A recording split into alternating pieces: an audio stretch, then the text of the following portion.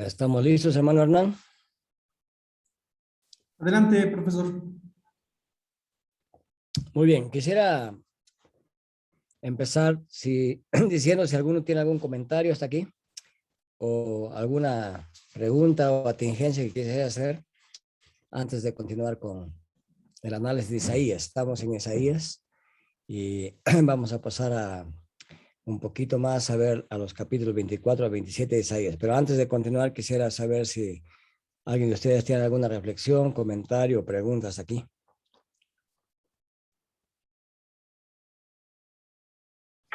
Pastor, solo quería de pronto hacer alguna consulta o una opinión. Por lo que entiendo hasta el momento, la escatología está muy ligada o va de la mano o llega en realidad a entenderse a la par de la soteriología, es decir, la salvación. En última instancia, la salvación del Señor Jesucristo es escatológica también. Por supuesto, como se define, digamos, de manera profesional y técnica en los libros de teología, la escatología es transversal a toda la doctrina de la Escritura. Entonces, lo que usted dice es correcto. O sea, finalmente, la salvación está escatológicamente predicha y orientada desde el Antiguo Testamento. De acuerdo, pues muchas gracias. Es muy interesante eso. Muy bien, ¿alguna otra reflexión que tuvieran o alguna pregunta? Una consulta más también. A mí me gustaría Juan, hacer una... me parece, en Juan me parece, pastor, que bueno, en la narración también de los evangelios de justamente la crucifixión, de este evento de Jesús, de su cuerpo saliendo agua al momento de su muerte. Esto tiene una conexión con lo que Ezequiel 47, los ríos de agua viva, porque es una ilustración muy rica también de la ciudad de Dios, que sale ríos de agua y quienes se sumergen a ella, etcétera. ¿Es una conexión válida con esta particularidad que se narra en los evangelios? Yo no iría hasta ese extremo. Creo que el hecho de que sucede que salió sangre y agua, mire, cuando uno analiza tipologías o alegorías, uno tiene que buscar las equivalencias. Yo creo que no sería tan apropiado exegéticamente hacer esa deducción solamente tomando el elemento agua, porque el texto dice que salió sangre y agua. Entonces, hay otros pasajes a ese efecto. El término que Jesús utilizó en Juan capítulo 8 es que de ellos brotarán ríos de agua viva, ¿no? O sea, refiriéndose a una dación abundante del Espíritu de Dios, que es lo que está simbolizado en ríos de agua viva, de bendición. Entonces yo no iría a ese extremo, creo que habría que hacer un trabajo demasiado gimnástico para llegar a esa conclusión. Sé que hay quienes lo hacen, pero yo no considero que no es apropiado eso exegéticamente. Gracias, pastor. Muy bien, ¿alguna otra inquietud que tuvieran? Gracias, hermano Aaron. Bueno, yo no era el que andaba participando. Sí, diga. Creo que era otra persona. Sí, yo tengo una duda. Ya, Uh-huh. diga Usted, usted. usted comentó mientras estaba haciendo la plática, mientras estaba haciendo la enseñanza, hizo una aplicación acerca de nuestra condición en la pandemia, ¿no? De cómo esa esperanza escatológica se presenta ahora en este momento en nosotros. Y quisiera ver si es posible en la parte del Antiguo Testamento, cómo eso lo llevan los mismas personas, ¿no? Porque estamos muy dados a generar estas interpretaciones mesiánicas cuando vemos la parte de Asiria, ¿no? Y lo llevamos luego a Cristo. Yo sé que estoy ahorita enredando un poco la pregunta, ¿no? Pero a lo que voy es, ajá, ¿qué estaba pensando justamente en cómo se podría ver esa esperanza, que esa aplicación de esas profecías escatológicas en la vida de los propias personas, y qué mejor momento que en el mayor de la persecución, ¿no? En el sentido de que están en el exilio, el cumplimiento de muchas de esas profecías está ahí, y cómo esa escatología les puede dar esperanza a ellos, ¿no? Y pienso inmediatamente entonces en Lamentaciones. Ujú. Se puede interpretar unos versículos del capítulo 3 como: bueno es a Jehová a los que esperan, al alma que busca, como un entendimiento de todas esas eh, profecías escatológicas, como una aplicación vivencial para ellos. A ver, No sé si... ya, gracias, Maciel. Creo que hay tres temas que debemos elucidar aquí. En primer lugar es el tema de la esperanza Ajá. escatológica que se brinda ya en el Antiguo Testamento. En segundo lugar está cómo el creyente se apropia de esas esperanzas escatológicas, que es a lo que usted está reflexionando.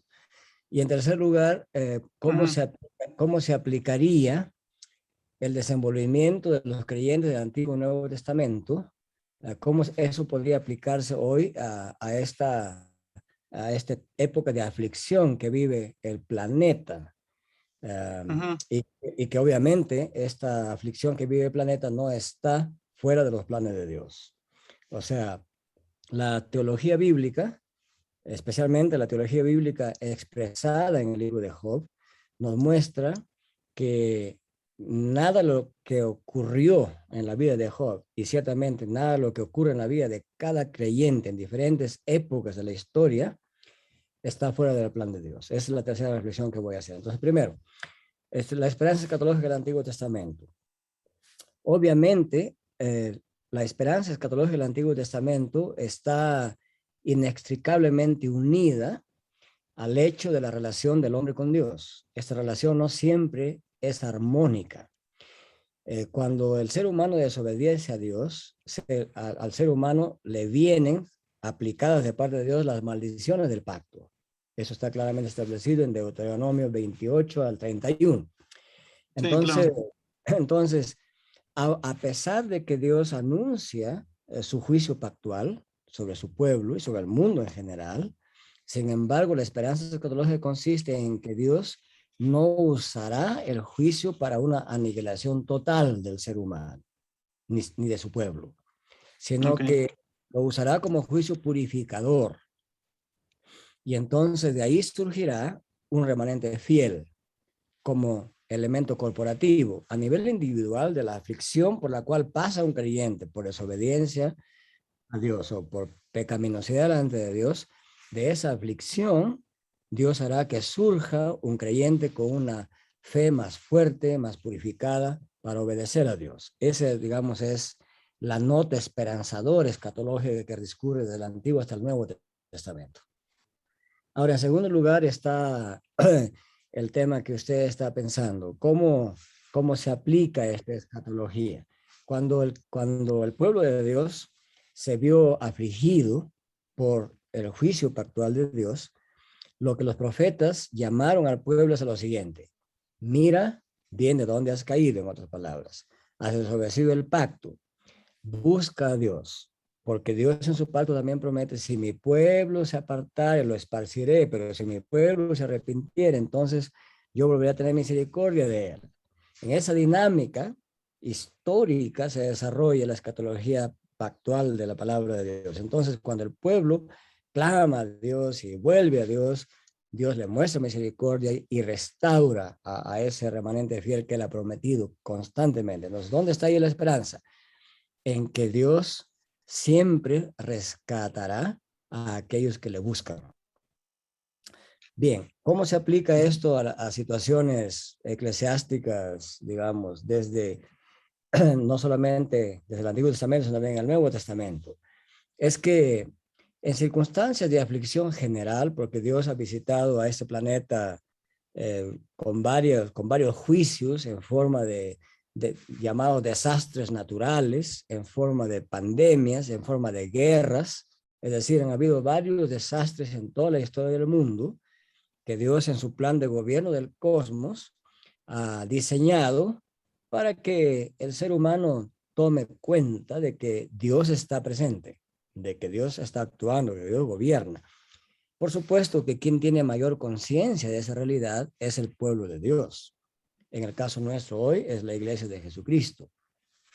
Entonces, ¿cómo se aplica esto a nosotros actualmente? Yo mencionaba de dónde viene la valentía de aquellos hermanos en Cristo que a pesar de esas circunstancias difíciles de restricción y digamos de miedo a este virus, y miedo también exacerbado por los medios masivos de comunicación y por la falta de conocimiento más preciso de cómo actúa este virus, etcétera. ¿De dónde viene esa valentía de la gente que con los cuidados y sabiduría respectiva están dispuestos a seguir adelante con el Evangelio de Cristo? Porque no todo el mundo se ha escondido entre los cristianos en este tiempo. Yo decía, eso viene del hecho de creer que en esta creación de Dios que fue hecha muy buena, sin embargo el mal ha penetrado. Y que Dios mismo ha prometido visitar a este mundo cuando este mundo se está exacerbando en su maldad. Entonces, en esas circunstancias, el ímpetu evangelizador, la estamina, la fortaleza interna del creyente para seguir anunciando el Evangelio de Cristo, por diferentes medios, incluso por el medio de caminar y visitar pueblos en esas circunstancias, eso nos viene de la esperanza de que la palabra de Dios es plenamente necesaria en tiempos de aflicción. Es ahí donde los profetas anunciaban el mensaje de Dios. Claro, tenemos una gran ventaja hoy. Tenemos la ventaja de estos medios. Hoy, más que nunca, podemos usar el Facebook Live, podemos usar toda herramienta para live streaming y anunciar el evangelio a todo rincón, pero no llegará a todo rincón porque no hay internet en todo rincón. Entonces hay gente en este momento en las iglesias reformadas y todas las iglesias cristianas en el mundo entero que están en plena acción, caminando de aquí para allá, aún a pesar de que hay esta amenaza del virus. A eso me refería yo. ¿De dónde sale esa fortaleza espiritual? Viene de nuestra esperanza catológica que en medio de esta aflicción Dios está actuando y Dios está utilizando esta pandemia para que mucha gente pueda tomar conciencia de que hay un Dios que juzga y que el ser humano no puede continuar viviendo de la manera que le da la gana, como lo está haciendo en la actualidad. A eso me refería exactamente con esa parte de la esperanza. Ok. Gracias. Muy bien, gracias, hermano. ¿Alguna otra intervención que quisieran hacer? Sí, profesor, tengo quizás un pequeño comentario. Cuando iniciamos el curso, veíamos esta doctrina como la revelación acerca de los últimos tiempos o lo que podríamos llamar la doctrina del porvenir. Y comenzamos desde la época preexílica, precisamente por medio de el rey David y los profetas en esa época. La pregunta es, entonces, quizás pudiéramos hacer o se pudiera hacer un estudio un poco más anticipado, porque si esta promesa del Mesías que se va a ver aquí en Reyes y en todos estos libros de los profetas de una forma tangible y sobre todo con una visión del reino de Dios, no se pudiera anclar desde el Génesis 3:15, en donde se coloca la promesa mesiánica y que se convertiría en una esperanza para todo el pueblo de Dios. Gracias, hermano. Excelente pregunta. Efectivamente, uno podría volver hasta Génesis capítulo 1, en realidad, y Génesis capítulo 2. Normalmente, algunos teólogos bíblicos quisieran empezar en Génesis 3:15 porque, digamos, ahí se habla aún en esos versículos cortísimos con cierto detalle acerca de quién y cómo sería y qué haría el Mesías. Es el llamado protoevangelium, ¿no? Pero uno podría empezar en Génesis 1:26 con el famoso llamado mandato cultural de Dios, ¿no? Ahí podríamos empezar, porque lo que nos pinta el cuadro bíblico de Génesis 26 al 31, es que Dios creó esa creación buena y Dios impartió bendición a Adán para que Adán sea bendición hacia la totalidad de la tierra. Y a ese efecto, Dios instituyó como 4 o 5 instituciones, ya ahí en Génesis 1, 26 al 31. En primer lugar, Dios instituyó el día de reposo, claramente. Cuando llegamos a Génesis 2, capítulo 2, versículo 15, lo pone en el huerto del Edén para que lo labrara y lo guardara. Y cuando uno hace exégesis de Génesis 2:15, uno se da cuenta que tanto el término labrar como guardar están relacionados a la adoración. Particularmente el verbo shamar en Génesis 2:15 hace referencia a la adoración. Entonces se instituye la adoración, se instituye el trabajo, se instituye el reposo, se instituye el matrimonio, se instituye también la ciencia y la tecnología como instituciones de Dios. Cuando Génesis 1:26 habla de dominar la tierra, el término que se utiliza ahí es el término de oikonomos, hacer administración, economía sobre la tierra. Entonces, a partir de ahí, Dios instituye la ley y el gobierno y la administración, la ciencia y el conocimiento, el matrimonio, la adoración, el reposo y el trabajo. Y temas que discurren hasta el Nuevo Testamento. Entonces uno podría empezar propiamente hablando, si quiere ir más atrás, allí. Y luego, cuando llegamos ya a Génesis capítulo 3, el anuncio escatológico está implícito, que este hombre que fue creado bueno y que el mal penetró a la creación de Dios, afectó también al ser humano y que hay caída, ¿verdad? Que hay creación, que hay caída, pero que también hay redención. Y ahí entra Génesis 3:15, se anuncia el Redentor. Y se anuncia con una particularidad exegética prominente, porque en Génesis 2:15, si uno atiende al texto hebreo, dice, por ejemplo, habrá enemistad entre tú y la mujer, y etcétera. Y luego dice, él te herirá en la cabeza y tú le dirás en el calcañar. Algunas versiones traducen esta te herirá, o sea, lo traducen como si se refiere a la simiente, como neutro.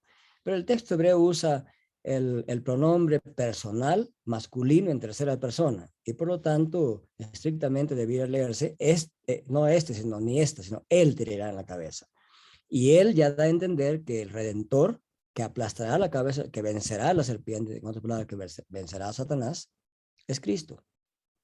Y eso hace Romanos 16 claramente evoca eso cuando dice que dentro de poco el Mesías aplastará la cabeza de la serpiente, ¿verdad? Entonces ya se sabe que el Mesías descenderá de Eva a través de esa larga historia de descendencia, que será varón y que asestará el golpe mortal a Satanás en la cabeza. Significa que él también sufrirá en ese proceso y apunta a la cruz. Por supuesto, se puede ir hacia atrás. Y también el hecho mismo de Adán, la creación de Adán, ya implica el tema escatológico de un nuevo Adán. Y Romanos capítulo 5 recoge ese tema.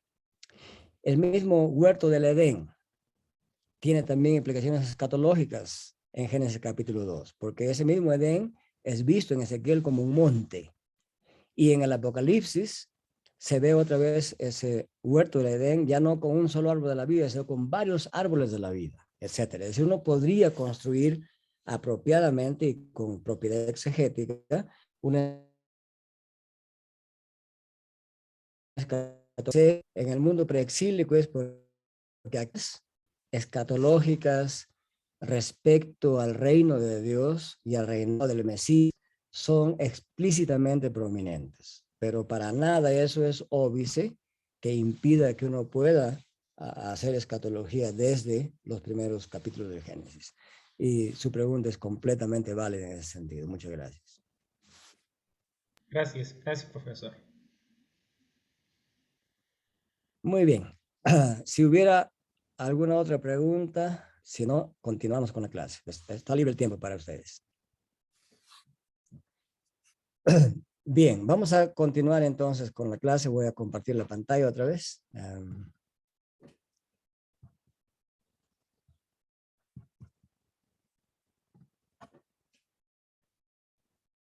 Bien. Bien, estamos aquí en la profecía escatológica de Isaías y nos habíamos quedado en el hecho que en el capítulo 11 hay un paso más de avance en las profecías acerca del rey Mesías.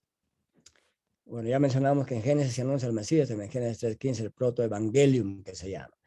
Y dijimos también que en el capítulo 6, versículos 9 al 11, se describe el resultado del reinado mesiánico, es decir, que será como el paradigma del Edén. O sea, el reinado mesiánico llegará no solamente a la restauración del Edén, como a veces quisiéramos entender.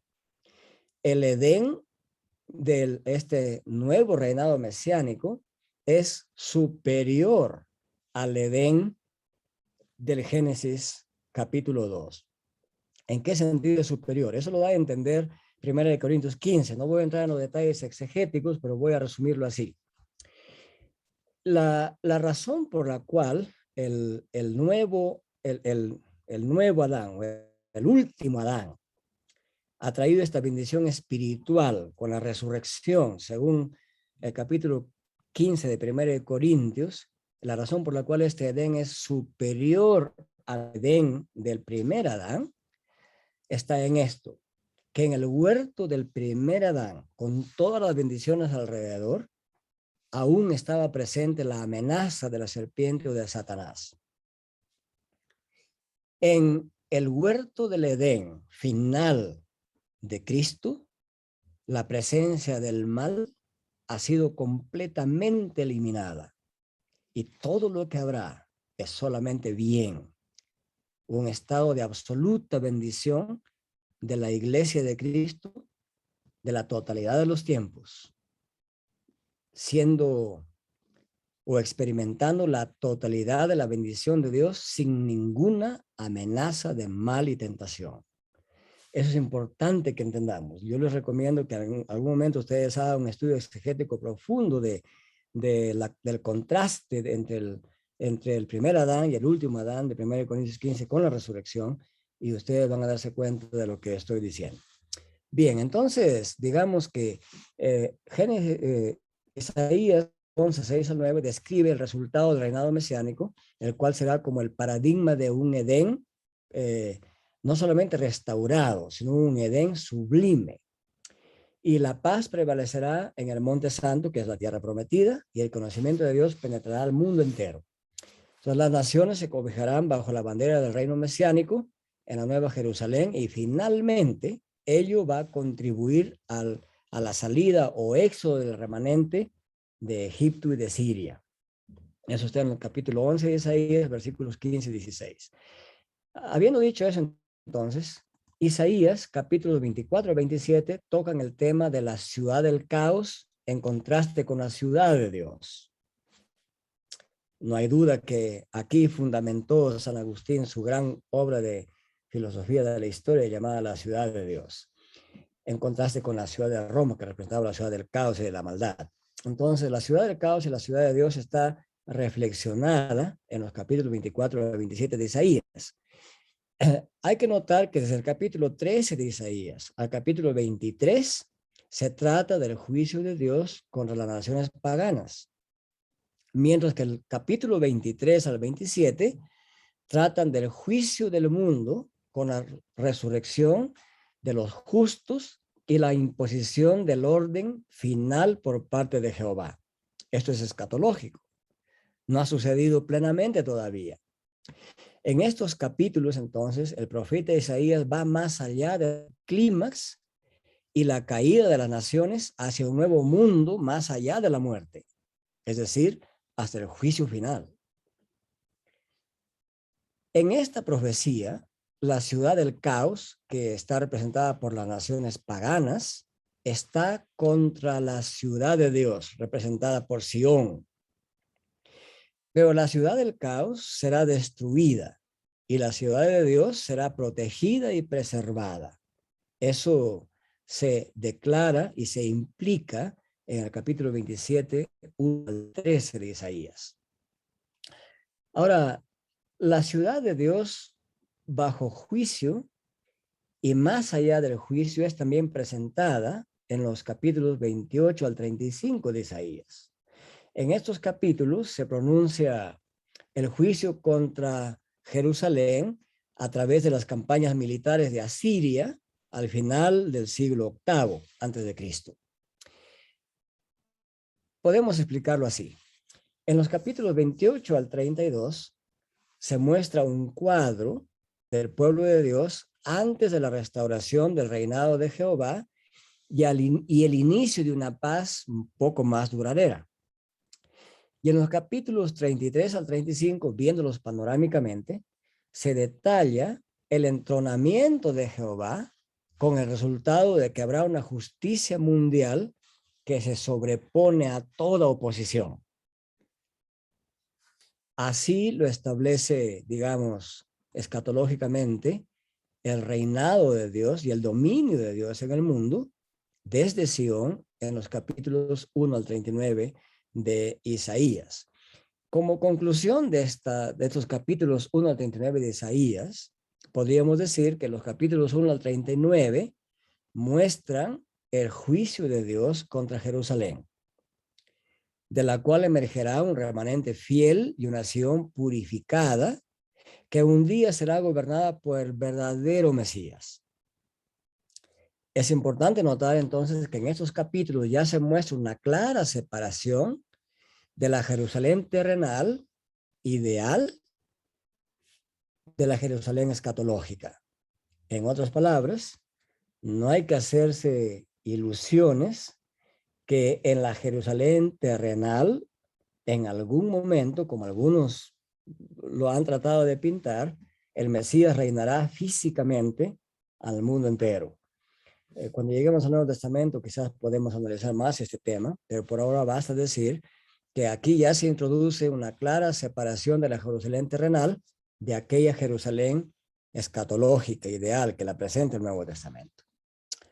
Con eso, digamos, avanzamos un poquito en esta escatología antes del exilio, porque los capítulos 1 al 39 de Isaías son profecías preexílicas o antes del exilio.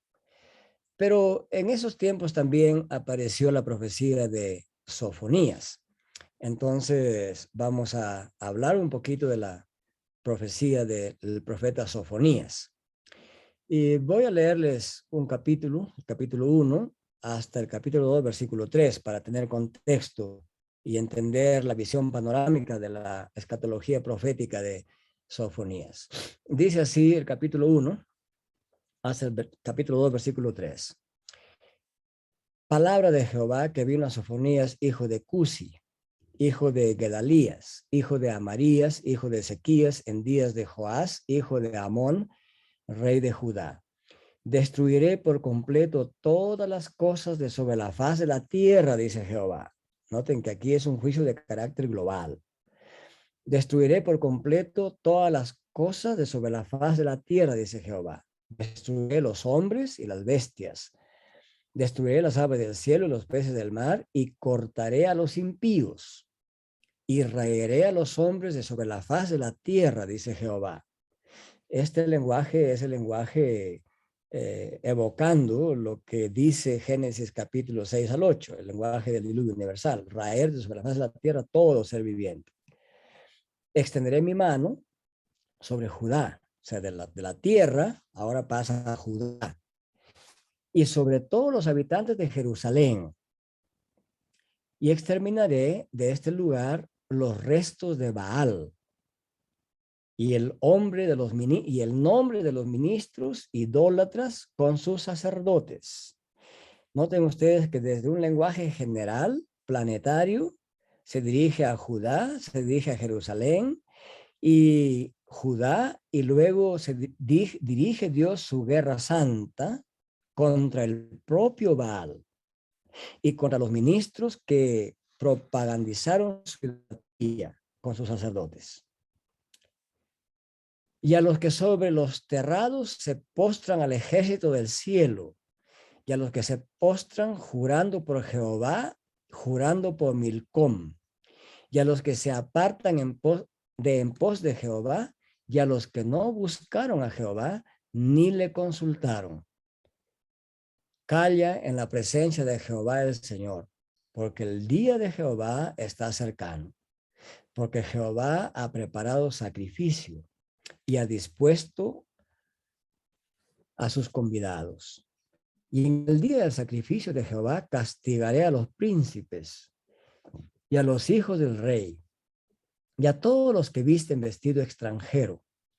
Asimismo castigaré en aquel día a todos los que a todos los que saltan la puerta, los que llenan las casas de sus señores de robo y de engaño. Habrá en aquel día, dice Jehová, voz de clamor desde la puerta del pescado, está hablando de la ciudad de Jerusalén, y aullido desde la segunda puerta y gran quebrantamiento desde los collados. Aullad, habitantes de Mactes, porque todo el pueblo mercader es destruido. Destruidos son todos los que traían dinero. Acontecerá en aquel tiempo que yo escudriñaré a Jerusalén con linterna y castigaré a los hombres que reposan tranquilos como el vino asentado, los cuales dicen en su corazón, Jehová ni hará bien ni hará mal. Por tanto, serán saqueados sus bienes, sus casas asoladas, edificarán casas, mas no las habitarán, plantarán viñas, mas no beberán vino de ellas. Cercano está el día grande de Jehová, cercano, muy próximo. Es amarga la voz del día de Jehová. Gritará allí el valiente. Día de ira aquel día, día de angustia, de aprieto, día de alboroto, día de asolamiento, día de tiniebla y de oscuridad, día de nublado y día de entenebrecimiento, día de trompeta y de algazara sobre las ciudades fortificadas y sobre las torres altas. Y atribuiré a los hombres y atribularé a los hombres y andarán como ciegos porque pecaron contra Jehová. Y la sangre de ellos será derramada como polvo y su carne como estiércol. Ni su plata ni su oro podrá librarlos en el día de la ira de Jehová. Pues toda la tierra será consumida con el fuego de su celo, porque ciertamente destrucción apresurada hará de todos los habitantes de la tierra. Congregaos y meditad, oh nación sin pudor, antes que tenga efecto el decreto y el día se pase como el tamo, antes que venga sobre vosotros el furor de la ira de Jehová, antes que el día de la ira de Jehová venga sobre vosotros.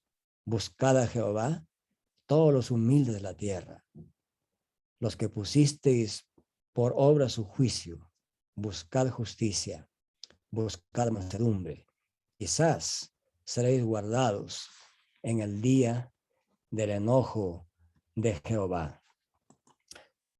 Hay que entender, hermanos, que durante este periodo, la profecía escatológica de Sofonías es la más explícitamente universal de todas, de la acción interventora en juicio de parte de Dios a escala planetaria, internacional. Los temas escatológicos que se encuentran en esta profecía son principalmente los siguientes. El tema de el día de Jehová o día del Señor, el juicio de carácter internacional o universal, la rebelión de las naciones y el establecimiento del remanente de Israel. Estos cuatro temas vamos a verlos de forma panorámica rápidamente. Probablemente esta profecía haya tenido lugar un poco antes de las reformas que implementó Josías.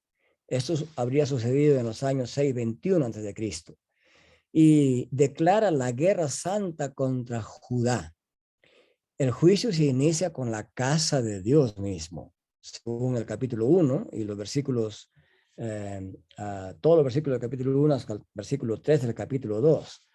Entonces, el día de Jehová es un día de juicio contra Judá y se compara como si Dios va a celebrar un gran sacrificio, dando a entender, digamos, el tremendo despliegue horrendo de la ira de Dios. Judá es un reo culpable y los ejércitos de Jehová están invitados a la cena cultica pactual de este gran sacrificio que va a hacer Dios en juicio contra su pueblo. Es decir, Será un día de aflicción el día de Jehová. Será un día de castigo y destrucción masiva. ¿Por qué? Debido al pecado de Judá contra Jehová, el Dios del pacto, como lo declara el texto que hemos leído.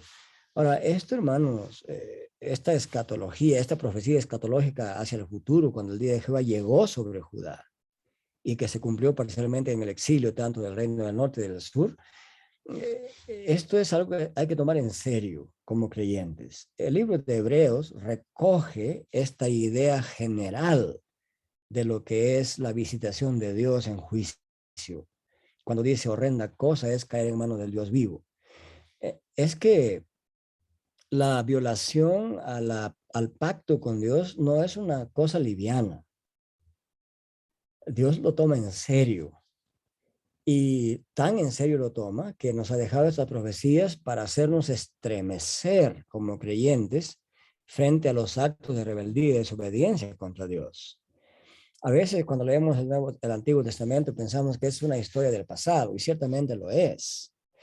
Pero la escatología del Antiguo Testamento nos hace entender que el Dios del Antiguo Testamento es el mismo Dios del Nuevo Testamento.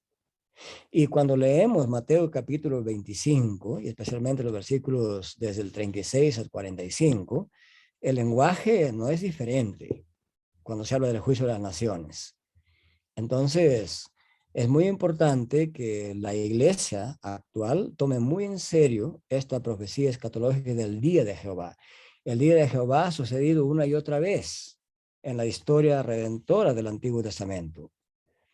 El día de Jehová sigue sucediendo vez tras vez en nuestro propio periodo, pero sucederá en su actividad mucho más plena y consumada más adelante todavía.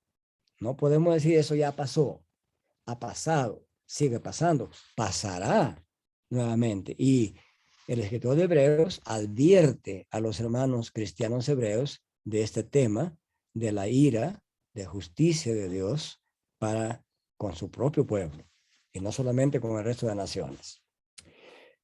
En los capítulos 2, versículos 1 al 5, está el juicio de carácter planetario, internacional, universal de parte de Dios.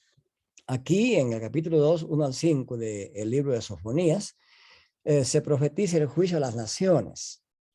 Y en este contexto se promete un lugar seguro para el remanente fiel. Termina el capítulo con el juicio clímax contra el poder de Asiria, que era el poder abusivo y dominante de aquel entonces. Dios ejecutará juicio contra ellos también. Y así fue. Y además, Asiria se había constituido como el paradigma de la maldad en esa época y de la oposición contra Dios. Y para esperanza del remanente fiel y de los hombres y mujeres de fe, el profeta declara que el remanente será redimido por Dios y que Dios castigará a Siria, que no le permitirá que abuse por tanto tiempo. Y luego en el capítulo 3, Sofonías nos habla de la rebelión de las naciones. Este tema de la rebelión de las naciones es recurrente. A veces nosotros no tenemos plena conciencia como creyentes de este lado de la historia humana del Nuevo Testamento, de que Dios juzga a las naciones. A veces nos hemos concentrado tanto, nos hemos enfocado tanto en los tratos de Dios con la iglesia, que parece que por defecto implicaríamos que Dios solamente actúa en la esfera de la iglesia, nada más tiene que ver con el resto del mundo o del cosmos. Pero la perspectiva bíblica no lo presenta así a Dios. La Biblia presenta a Dios como el creador, sostenedor, proveedor, administrador y gobernante de la totalidad del cosmos y sus detalles. Ese es precisamente el mensaje de Dios a Job en los capítulos 38 y 39, ¿verdad? Que Dios está en el pleno control de cada detalle del universo, incluso de detalles de los cuales el hombre jamás es consciente ni conoce. Si Dios controla y gobierna todos los detalles y todos los rincones del universo, ¿cómo no va a controlar los detalles de la historia de cada rincón del planeta y de cada rincón de nuestra propia constitución humana. Esa es la pregunta que hay que hacerse escatológica y teológicamente cada vez que leemos el Antiguo Testamento acerca del juicio de Dios sobre las naciones. Entonces, el capítulo 3 de Sofonías se inicia con una recapitulación del juicio contra la ciudad de Dios y rápidamente se mueve hacia la reunión o conflagración de las naciones contra Dios. Al mismo estilo del Salmo 2. Dios se muestra como el único justo en medio de la corrupción de este mundo habitado, de la oicúmene. Con razón, el escritor dice, no hay justo ni aun uno, solamente Dios es bueno y justo. A veces esto puede inducirnos a la desesperanza, pero lo cierto es que inmediatamente se anuncia que este Dios que es justo, este Dios ha establecido un remanente fiel que practica la fe y la justicia en Israel. Y Sofonías justamente concluye su profecía dejando claro que Dios establecerá el remanente en Jerusalén, el cual vuelve a ser el centro del mundo, porque ahí está Jehová, en medio de su pueblo y con su pueblo. Y por lo tanto, el profeta en el capítulo 3, versículos 16 al 20, invita a Sión a regocijarse en su nueva salvación alrededor de Jehová como su rey redentor. Entonces, la escatología profética no solamente consiste en anunciar juicio que vendrá y que llegó, sino también en anunciar esperanza, que el juicio es un instrumento purificador de Dios y que de ahí emergerá un pueblo purificado, santo, que sirva y adore a Jehová. Entonces, de este modo, la profecía preexílica de Sofonías señala un futuro glorioso para el remanente del pueblo de Dios. Y también señala el peregrinaje de las naciones hacia la ciudad de Dios. En la actualidad, aunque el común de la gente no lo perciba así, y aunque a veces también el común de los creyentes, si se podría decir eso, no lo perciba así, el reino de Dios a través de la iglesia de Cristo en este mundo es el verdadero centro de la historia humana. Y aunque hay naciones grandes y poderosas que creen que son cabeza del mundo y centro de civilización y centro de atención mundial, desde el punto de vista bíblico escatológico, es el avance del reino de Dios y su iglesia. Eso constituye el centro del mundo. Esa es la visión, digamos, escatológica y teológica de la historia humana que los cristianos debemos tener. Dios está obrando y está obrando a través de su iglesia y del poder de la palabra de Dios. Entonces ya en Sofonías se señala a este futuro y un acercarse de las naciones hacia la ciudad de Dios. La ciudad de Dios en este momento está presente en este mundo, lo constituye la iglesia de Cristo y hacia ella van viniendo gentes de todo tribu, nación, lengua y linaje en este preciso momento. Cuando el creyente es consciente de esta realidad,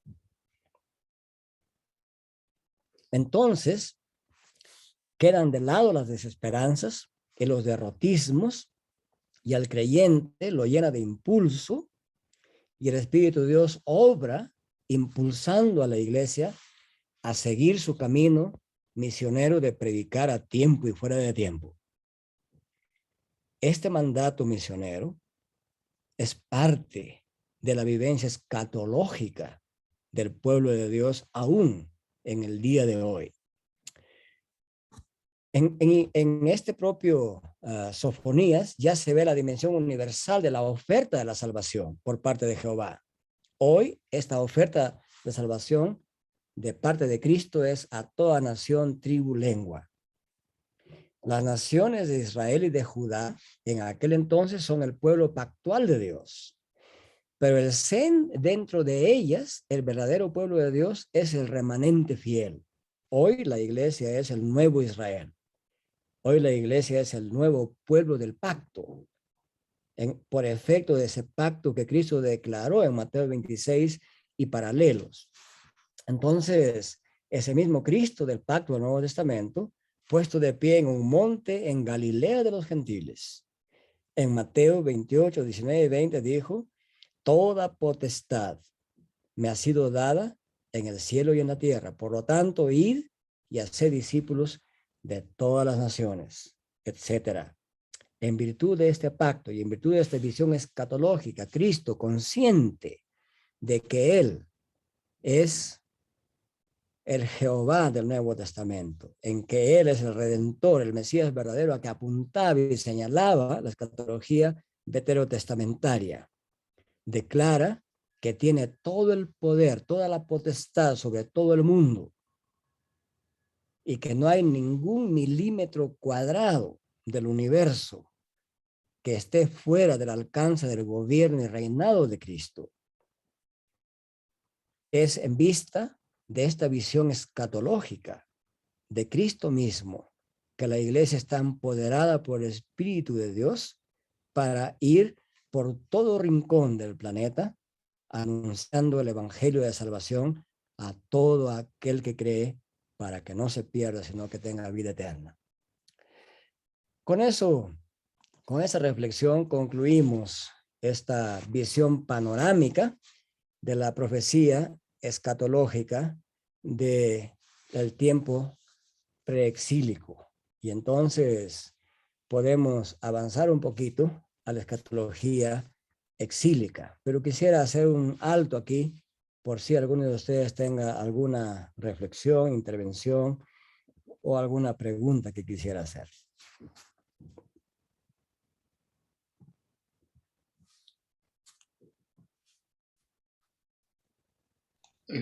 Pastor, Adelante, hermano. ¿cómo está? Solo quería un poco saber en cuanto a las diferencias que hay entre Jerusalén y Sión, porque muchas veces, a veces he escuchado que son intercambiables, pero creo que no. Ahora, Sión aparece al inicio en el Antiguo Testamento, no me acuerdo en qué libro, pero después es Jerusalén. Pero al final, como he leído varias veces, y ahora que usted está nombrando también Sión y Jerusalén, entonces incluso hablan de que es la parte que significa material y Jerusalén la parte espiritual. Y bueno, ¿cómo lo entiende usted eso? Gracias, hermano Jorge. Bueno, en la Biblia se habla de Jerusalén como realidad geográfica y también como realidad espiritual, con proyección escatológica. Entonces en la Biblia se usa Jerusalén en dos sentidos. En el sentido geográfico abarca toda la ciudad de Jerusalén, la antigua Jebús, digamos, ¿no? Y dentro de Jerusalén existió este monte llamado Sión. La tradición judeocristiana establece que este monte Sión habría sido el monte Moriah, donde Abraham, digamos, espiritualmente entregó a Isaac como sacrificio. Y la tradición judeocristiana cree que en ese monte se construyó el templo. Entonces, dentro de Jerusalén como área geográfica más grande, como en el centro, digamos, de Jerusalén, había esta colina llamada Sión, donde es visible en este momento. Ahí se encuentran dos grandes construcciones, el Domo de la Roca, se encuentra ahí también, y ahí el Domo de la Roca está ocupando el lugar que el templo había ocupado. Y entonces se usa Sión y Jerusalén como entidades geográficas. Jerusalén es, digamos, como toda la ciudad de Lima o toda la ciudad de México o toda la ciudad de Cajamarca, y hay un monte dentro de esa realidad geográfica llamada Jerusalén que se llama Sión. Pero a veces por esta figura literaria que está presente en el Antiguo Testamento y también en el Nuevo Testamento, que se llama sinédoque, A veces se usa Sión para referirse a toda Jerusalén. Eso se hace en la Sinédica. La Sinédica es una figura literaria en la cual una parte representa al todo. Se usa ese lenguaje en el día de hoy en la política internacional. Por ejemplo, si se firma un tratado en la capital de un país, normalmente no se dice el Tratado de México, el Tratado de Colombia o el Tratado del Perú, se dice el Tratado de Lima, porque se celebró en la capital donde está el gobierno central, ¿no? Entonces se dice Declaración de Chiapas, ¿no? O Declaración de Guadalajara. Entonces, en ese caso ya se entiende que Guadalajara está representando a todo el país, porque ahí se reunió una asamblea y hizo una decisión. Entonces, Sion también se usa en ese sentido. Y también se usa como sinónimo. O sea, a veces Sion se usa como sinónimo de Jerusalén. ¿Por qué? Porque como en el monte Sion en particular estaba edificado el templo, y como la teología del Antiguo Testamento establecía que en ese lugar habitaba Dios, era el asiento de Dios, el lugar de encuentro entre Dios y el hombre, y particularmente en el templo en el Sion, y particularmente dentro del templo en el lugar santísimo. Entonces a veces Sion llegó a usarse con esta figura de sinédoque como que representaba a toda la ciudad de Dios, es decir, a Jerusalén. Y se hacía así por el altísimo grado de subliminidad e importancia que tenía ese monte de Sion por estar ahí en la casa misma de Dios. O sea, esa es la forma como se usa Sion y Jerusalén en el Antiguo Testamento. Gracias.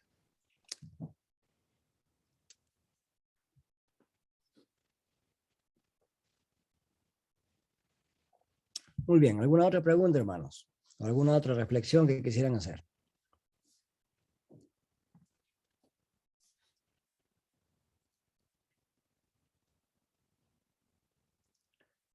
Muy bien, entonces vamos a continuar. Voy a compartir pantalla nuevamente. Vamos a avanzar al capítulo 2. Yo, profe. Tu cámara, por favor. Ya. ¿La prendo? Para eso es. A ver, Renata, no estás en lista, ¿por qué?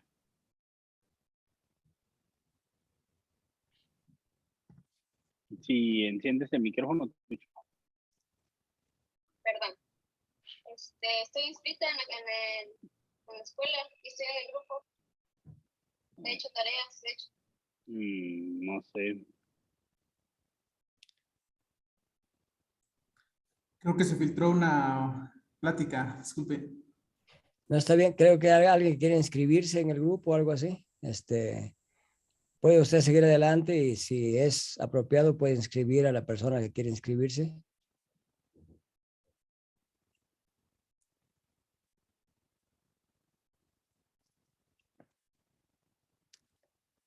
Muy bien, continuamos entonces, ¿no?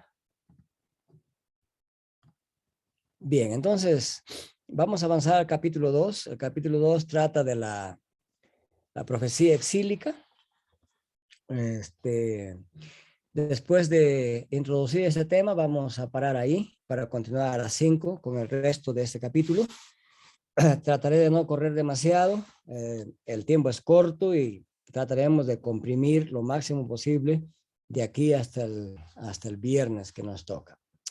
Entonces, a manera de introducción general a la profecía exílica, digamos que aquí vamos a tratar principalmente los capítulos 30 al 33 del libro de Jeremías. Durante el periodo general o al final del siglo VII y a los inicios del siglo VI, digamos, fue un periodo muy calamitoso para Judá. Jerusalén cayó ante Babilonia en el año 597 aproximadamente antes de Cristo. El templo fue saqueado y fue destruido. Las murallas de la ciudad de Jerusalén fueron derribadas a ras del suelo, fueron quemadas, y la ciudad de Dios fue quemada por fuego de parte de los babilonios. Ahora, este evento tiene que ser evaluado en su propia dimensión. El hecho de que el templo digamos que la luminaria del mundo en esta tierra sea desacralizado y derribado y destruido, para el creyente del Antiguo Testamento tenía un inmenso impacto moral y espiritual negativo. Con razón, los judíos lloraron incesantemente por este evento. ¿Cómo es posible, se habrían preguntado muchas veces, que Dios permita que su casa habitación sea derruida? El rey y su corte fueron tomados prisioneros, fueron deportados junto con todos sus oficiales del reino y toda la gente rica de la ciudad de Dios. Es decir, el juicio de Dios anunciado en tiempos preexílicos, escatológicamente, había llegado a su cumplimiento. Pero eso no fue todo. Aún había más por venir. Durante ese tiempo, los profetas exílicos tenían que cumplir un papel muy difícil. Tenían el desafío de explicar la caída de Jerusalén en manos de los inmundos babilónicos. Recordarán ustedes que en Habacuc capítulo 2, al simple anuncio de Jehová que iba a usar a Babilonia para castigar a Israel, ¿cómo lo sintió Habacuc? No puede ser, dijo Habacuc en otras palabras, ¿no? ¿Cómo vas a usar a un pueblo malvado y pecador para castigar a tu pueblo? Bueno, Habacuc venía exigiendo juicio contra los pecados de Israel, pero no le agradó la manera como Dios iba a ejecutar ese juicio. Y entonces los profetas exílicos del tiempo del exilio tenían esta dura tarea de explicar cómo es que Jerusalén, la ciudad de Dios, y el templo como casa habitación de Dios, centro de adoración de su pueblo, haya caído en manos de los inmundos babilonios. Tienen que explicar en qué consistió esta debacle moral, espiritual y política de Israel. Ya no había ciudad santa a la cual mirar.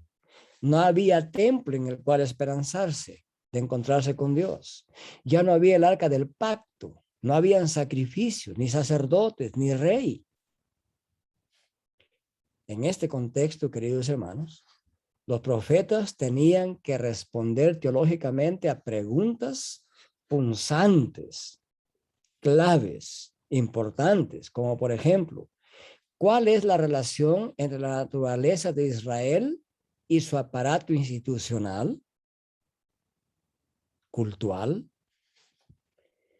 ¿Hay acaso todavía un futuro para Israel? Y si hay un futuro, ¿cuál sería la naturaleza de ese futuro? ¿Tendrá que ser reemplazado el compromiso estatal con una fe personal? ¿Es el Dios del pacto ciertamente fiel y poderoso como ha declarado que es en la profecía escatológica? Todas esas preguntas estaban en la mente de los ciudadanos de Israel. Tenían que ser resueltas por los profetas de este periodo. Ya se imaginan ustedes cuán difícil es ser profeta en tiempos de debacle espiritual, moral y política. Cuán difícil es ser pastor en tiempos difíciles, donde no hay respuestas aparentemente suficientemente poderosas para reanimar la fe del pueblo de Dios. Pero esas preguntas tenían que tratarse. Y al hacerlo, los profetas hacen ciertos pronunciamientos escatológicos que vamos a esbozar a continuación. Y ahí nos cae como anillo al dedo la profecía escatológica de Jeremías, que alguien ya mencionó algo en una de las preguntas. Jeremías fue comisionado por Dios como profeta de las naciones. O sea, fue un profeta con un mensaje internacional. Eso se declara en el capítulo 1, en los versículos 5 y 10 de Jeremías. Y en este contexto, como un profeta de carácter internacional, Jeremías llama a Judá a aceptar que Babilonia era el nuevo poder mundial y como consecuencia, el pueblo de Dios debe aceptar la caída de Jerusalén, la desaparición de la fábrica externa del Estado judío y someterse a Babilonia. Con razón, los que tenían el poder en Jerusalén lo declararon traidor a la patria, traidor. Pero Jeremías no solamente profetiza el juicio y condenación de Judá, sino que también anuncia que en el futuro Dios reconstituirá un nuevo pueblo de Dios, bajo una nueva administración sinaítica, al estilo de lo que se expresó en el pacto de Dios con su pueblo en el Sinaí. Jeremías anunció que el futuro de este nuevo pueblo de Dios estaba en los exilados, no en resistirse al exilio, sino que el futuro estaba en los exilados, llevados a Babilonia por Nabucodonosor. Durante el periodo del exilio, profetizó Jeremías que Dios le daría a su nuevo pueblo un corazón nuevo que busque a Dios. Eso está en Jeremías 24:7. Entonces Jeremías ya le anuncia al pueblo de Dios que habrá un futuro donde ese nuevo pueblo de Dios sea un pueblo de obediencia a Dios, con un corazón que entienda la ley, que comprenda la ley y con un corazón que esté inclinado a la obediencia de la ley. Con lo cual Jeremías ya está explicando, y así tenía que darse cuenta el pueblo de Dios, que la razón fundamental para la caída de Jerusalén y para la destrucción del templo en el monte Sión estaba explicada por el acto de rebelión y desobediencia y por la apostasía del pueblo de Dios. Entonces, aquí podemos decir que Jeremías capítulo 7 y capítulo 26, estos dos capítulos en particular, explican el fracaso y la caída del Estado y de la religión judías. ¿Cómo lo hacen? Jeremías directamente culpa al Estado por el fracaso y la desaparición de los aspectos externos de la adoración. Digamos que la esencia poderosa de la predicación de Jeremías estaba en que él tenía claridad en esto, que el hecho de que los símbolos externos de la adoración, que las estructuras externas del Estado del pueblo de Dios, del gobierno del pueblo de Dios, que los muros que simbolizan la protección de la ciudad hayan caído, no significa que Dios ha abandonado totalmente a su pueblo. Y no significa que Nabucodonosor ha derrotado a Dios. Quiere que entiendan que el barrido de los símbolos externos es parte del juicio de Dios. Dios ha permitido esto. El fracaso del Estado consistía en no haber sido leal en luchar y proteger la fe del pueblo de Dios. Había sucumbido al paganismo. Querían imitar los caminos de Babilonia. Querían ser como los babilonios. Y entonces a Babilonia Dios los mandó. Bajo el poder de Babilonia sucumbieron. Ese es un anuncio fuerte y envía un mensaje fuerte también a la iglesia de hoy. Cuando la iglesia quiere parecerse más al mundo que a lo que Dios ha establecido, entonces va a sucumbir bajo los paradigmas morales, políticos, ideológicos y espirituales del mundo o que el mundo ofrece. La clave está en que el pueblo de Dios tiene que resistirse a ser como el mundo, ¿verdad? Como dice el profeta Juan en el Nuevo Testamento, si alguien quiere hacerse amigo del mundo, entonces se hace enemigo de Dios, desagrada a Dios. Eso le había pasado a Israel. Entonces Jeremías denuncia con bastante denuedo a quienes se atienen a la doctrina de la inviolabilidad de Sión. No creían que Sión pueda ser destruida. ¿Cómo pueden destruir el lugar donde está Dios presente, según ellos? Pero Dios está presente donde es alabado y adorado y obedecido, ¿verdad? El lugar en sí mismo es santificado por aquel que habita el lugar, Dios. Cuando el pueblo olvida a Dios, no adora al Dios verdadero, Dios no está comprometido necesariamente a proteger para siempre ese lugar y permitió que sus símbolos externos sean completamente extirpados. Entonces, aquellos que creían que por el hecho de que ahí estaba el templo, Sión era inviolable, se equivocaron rotundamente. Y en el capítulo 28, Jeremías desafía a la institucionalidad profética de su tiempo, que estaba representada por Ananías, un falso profeta, y lo acusa a esta institución profética de falsedad por defender ciegamente la tradición de la invulnerabilidad de Sion.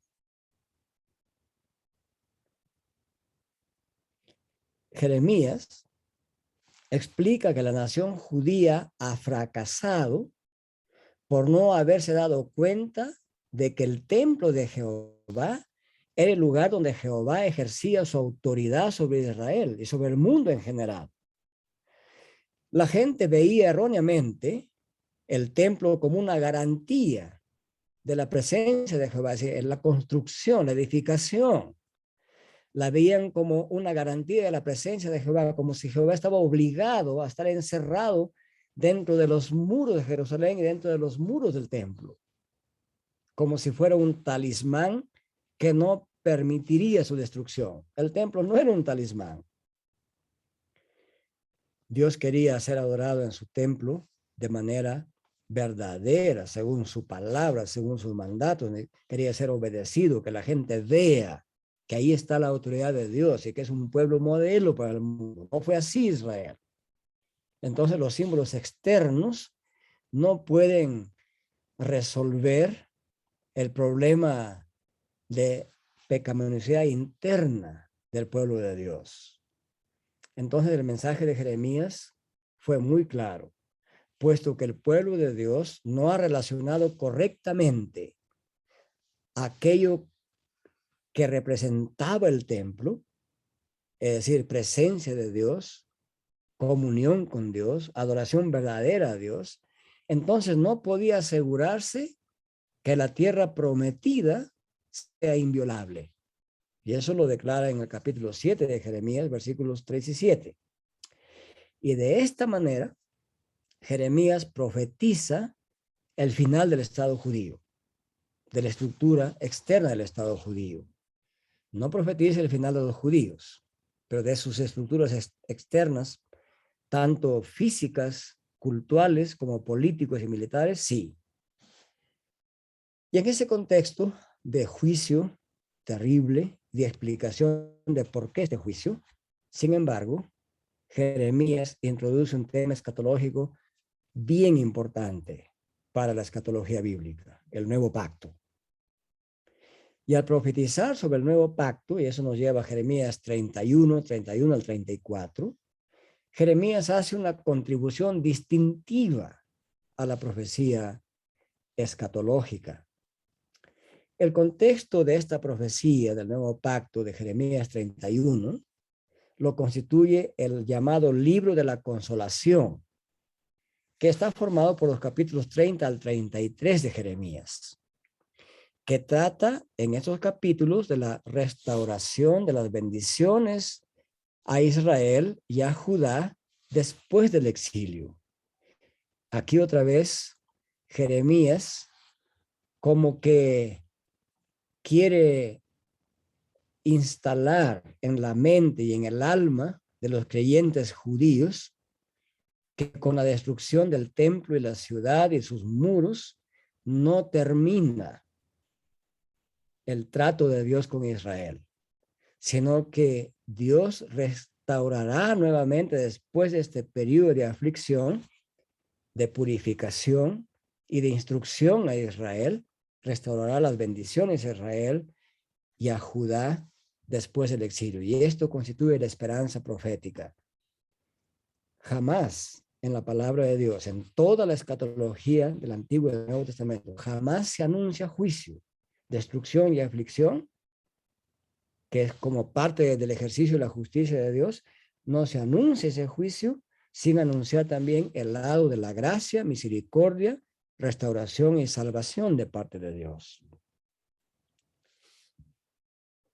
Entonces, habiendo ya fenecido el reinado físico de la descendencia de David con el exilio y todos los elementos externos visibles al pueblo de Dios, Jeremías traza una mirada desde el pasado del pacto davídico hacia el pacto en el cual este pacto davídico estaba basado, el pacto sinaítico. El pacto de David estaba conectado al pacto de Sinaí, teológicamente y históricamente. Por lo tanto, según Jeremías, el nuevo pacto también requería un éxodo y requería una nueva entrada en la tierra prometida. Por eso los capítulos 30 y 31 de Jeremías tratan casi en su totalidad con el retorno de los exilados de Israel y de Judá hacia la tierra prometida. A ambos reinos, Jeremías los ve en el futuro como uno solo, con lo cual ya anuncia que un día, escatológicamente, habrá un solo pueblo de Dios. No habrá más reino del norte y reino del sur. Y ese anuncio escatológico es de suma importancia para los creyentes del Nuevo Testamento, porque como dice Pablo en Efesios, un solo pueblo, un solo bautismo, un solo Dios y Padre de todos, todos implicando todos los que han creído en Cristo Jesús.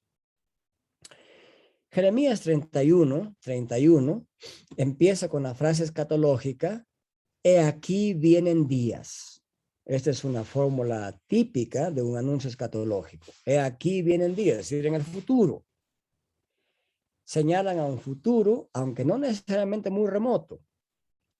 Luego Jeremías declara que este nuevo pacto será una negociación entre Israel y Jehová.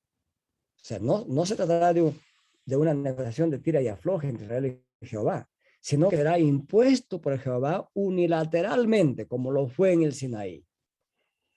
Eso es muy importante. Creo que todos ustedes han estudiado ya la teología pactual, y si ya la han estudiado a la luz de las Escrituras, en ningún momento en las Escrituras, cuando se habla del pacto entre Dios e Israel, vemos a Isaac, Abraham o Jacob, al pueblo de Dios, negociando los términos del pacto. El pacto viene dado por Dios, bajo los términos de Dios. Es un pacto unilateral. Eso probablemente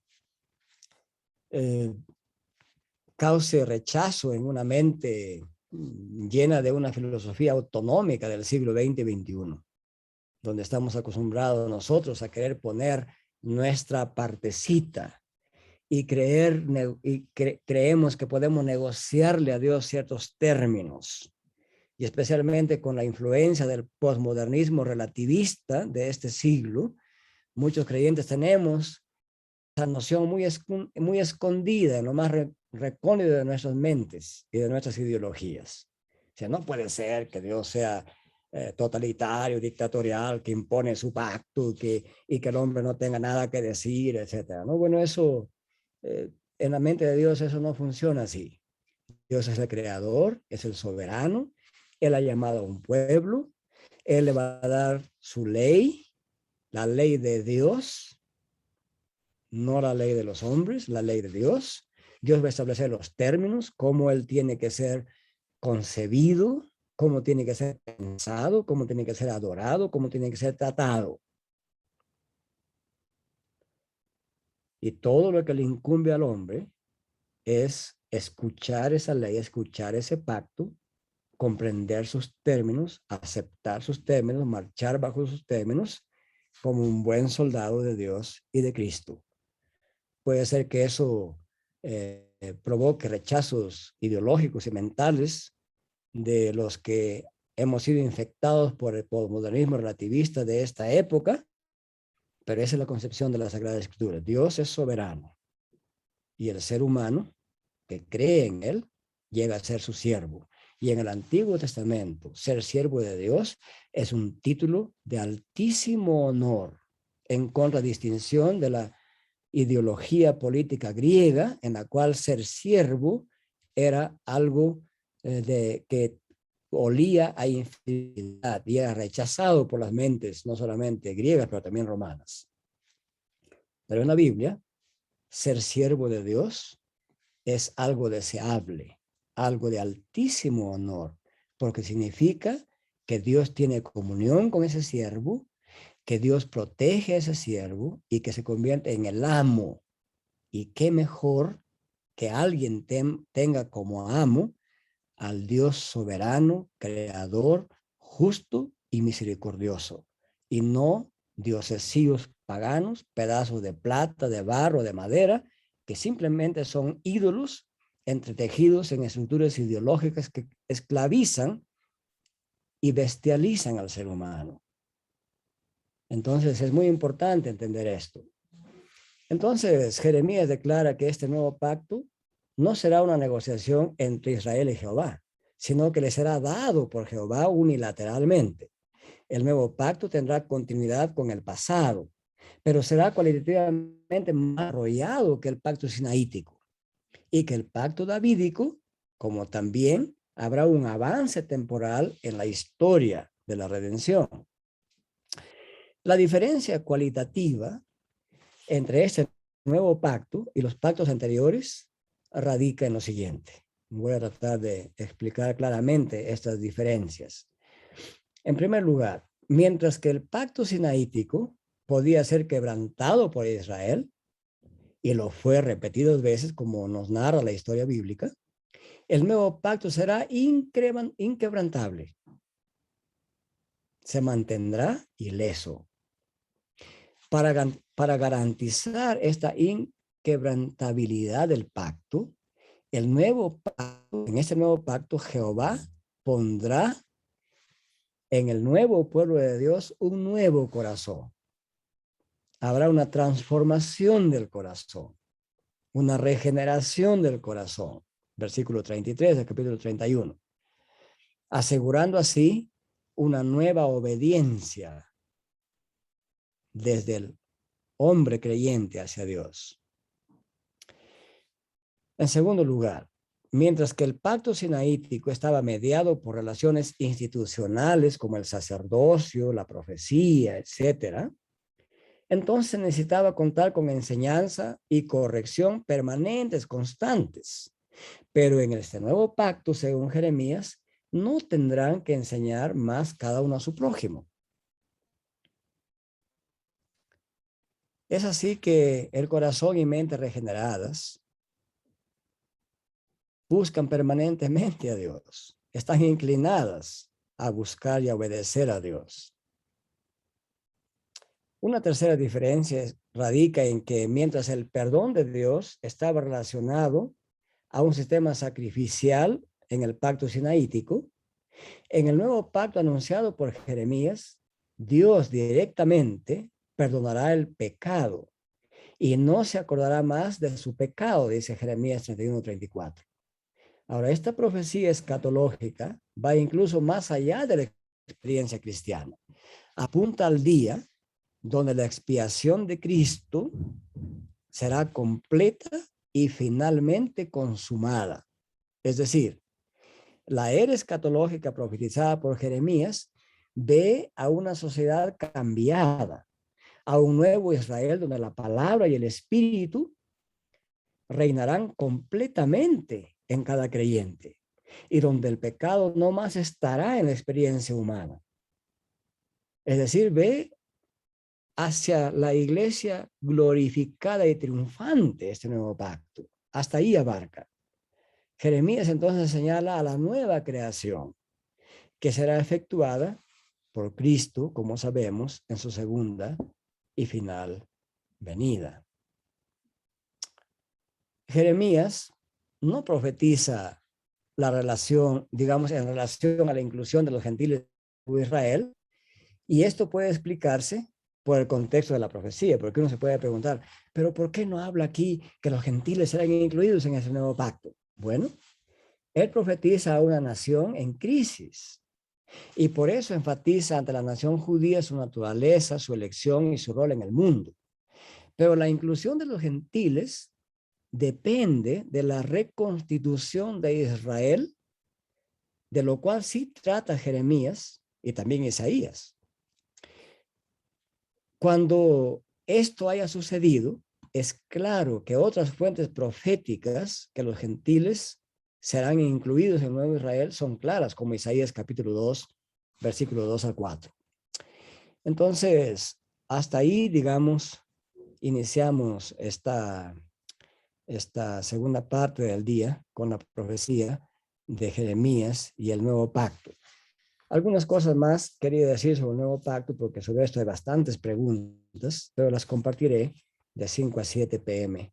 cuando volvamos a reiniciar la clase de este día. Entonces, de 5 a 7 p.m. empezaré con algunas explicaciones más de este nuevo pacto, frente a ciertas preguntas que se han levantado en este periodo de la historia cristiana, y luego pasaremos a tratar la profecía escatológica de Ezequiel, y con eso, Dios mediante, concluiremos la clase de la tarde, de 5 a 7. Muy bien, muchísimas gracias. Sé que resultará muy cansado para ustedes escuchar y escuchar, pero si tuviesen alguna pregunta, quisiera dar algunos minutos para algunas reflexiones. No quisiera terminar sin dejando a alguien con las palabras en su mente o preguntas en su mente.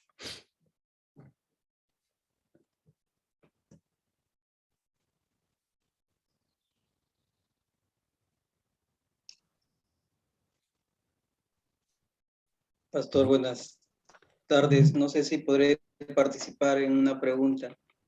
Adelante, hermano, diga usted. De lo que he estado escuchando, Pastor, entonces hay dos temas en los profetas que son juicio y esperanza, ¿verdad, Pastor? Sí, ciertamente. Podemos, sí, es así. Podemos decir que casi en cada profecía, y especialmente la profecía escatológica, donde se anuncia juicio, los profetas, guiados por Dios, anuncian también la restauración, la purificación. El juicio implica purificación, y la purificación implica que no habrá una aniquilación completa y total del pueblo de Dios, sino que emergerá un pueblo, un remanente fiel, que sea fiel a Dios, que adore a Dios. O sea, Dios no se dejará sin testimonio en este mundo, y jamás Dios ejerce justicia sin que esté mediada por su gracia y misericordia. Y eso es el gran mensaje de esperanza que tiene la palabra de Dios como totalidad.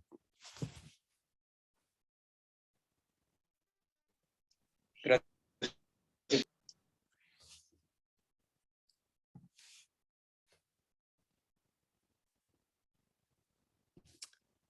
Muy bien, gracias, queridos hermanos. Nos vemos a las 5 p.m. y de 5 a 7 p.m. Que el Señor les bendiga y nos encontramos nuevamente en unas horas. Gracias, Pastor Hernán. Por favor, dé por concluida la clase con unas palabras de oración. Adelante. Vamos a terminar, hermanos. Señor, una vez más, gracias por permitirnos llegar hasta estos momentos. Gracias, Señor, por tener nuestra mente puesta en tu revelación. Que tu palabra, que tú guardarás en completa paz aquel cuyo pensamiento en ti persevera. Y queremos perseverar en ti, Señor, para poder entender nuestro mundo, para poder vivir en esperanza mientras tú vienes, y con la plena confianza de que en tu retorno, Señor, en tu manifestación, nosotros te recibiremos Nosotros reinaremos contigo solamente por la gracia que así nos has concedido. Pues mientras tú vienes, Señor, o nos llevas, pedimos serte fieles en esa tierra, serte fieles con las cosas que nos has dado, con los dones que poseemos. Y gracias por la vida del profesor, que invierte, Señor, ese tiempo en nosotros para poder también pensar sobre la manera de enseñar y predicar tu santa palabra en estos tiempos tan difíciles. Ahora permítenos degustar de los alimentos, estar un momento en familia y así conectarnos en un tiempo más para seguir aprendiendo más de tu bendita palabra. En el nombre de Jesús te lo pedimos. Amén. Amén. Amén, hermano. El Señor les bendiga. Muchas gracias. Hasta pronto. Nos vemos, compañeros. Gracias, profe. Gracias, pastor. Gracias, Gracias. hermano. Gracias, hermano. Dios les bendiga.